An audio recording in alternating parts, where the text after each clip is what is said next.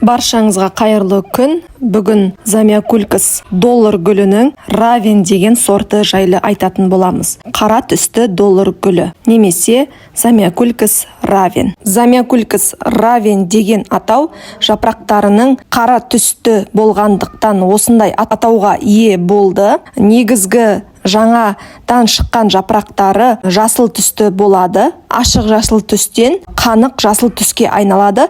Сосын барып уақыт өте келе қара түске ие болады. Күтімді қажет етпейді. Үй жағдайында өсе береді.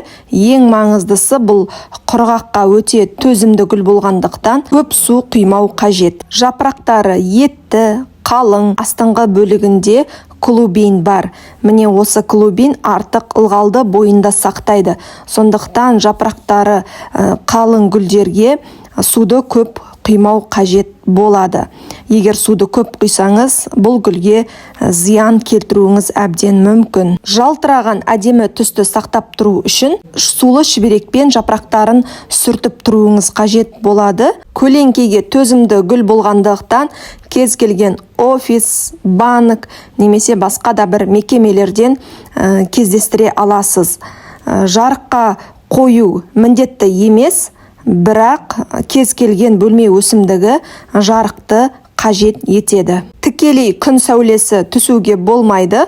Ол жапырақтарының күйіп қалуына, сарғайып кетуіне алып келеді. Жаз айларында аптасына бір рет суарсаңыз болады. Көктем, күз айларында 2 аптада бір рет суарсаңыз, ал қыс айларында айына бір рет қана суарсаңыз жарайды.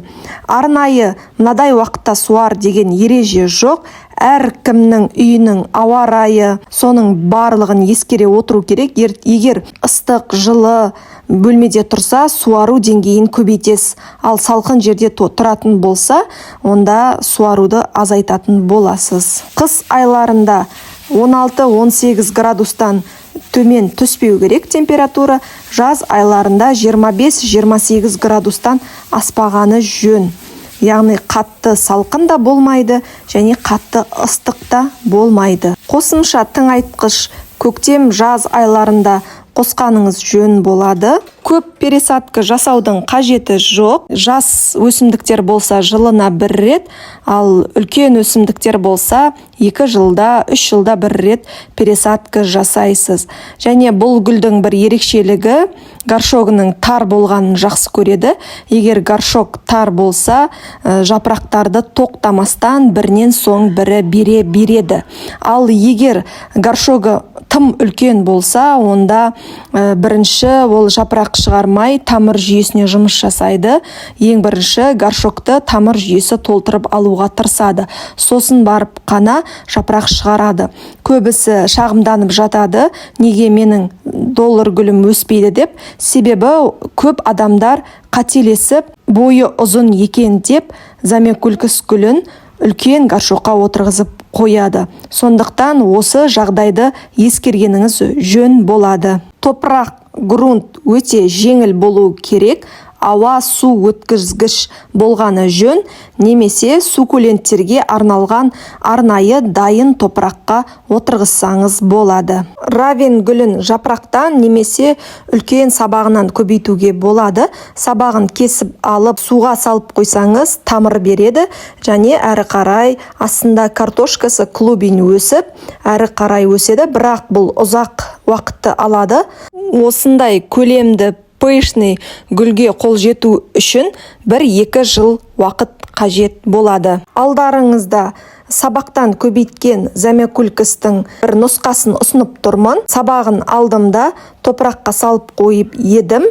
Арада 1 жыл шамасында уақыт өткеннен кейін міне жаңа жапырақ шығарып келе жатыр. Бұл гүлдің өсу процесі ұзақ уақытты алады. Егер тамыры астындағы клубины горшокты толтырса, тез-тез тоқтамастан өсетін болады. Ауруларға келетін болсақ, көбінесе тамырының шіруі, яғни суды көп құйғандықтан тамырының клубиннің шіруіне алып келеді. Ал зиянкестерге келетін болсақ, тіля, щитовка, паутинный клещ деген зиянкестер бұл гүлге құмар. Сондық ең болмағанда 2 айда бір рет кез келген препаратпен алдын алып өңдеу жасап тұрғаныңыз жөн болады. Барынша сіздерге пайдалы, нақты әрі толық ақпарат беруге тырыстым.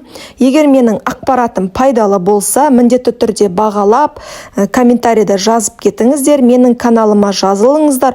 Алдағы уақытта өте пайдалы ақпараттар, видеолар көп болады, және менің инстаграмдағы каналыма міндетті түрде жазылып қойыңыздар. Сау болыңыздар.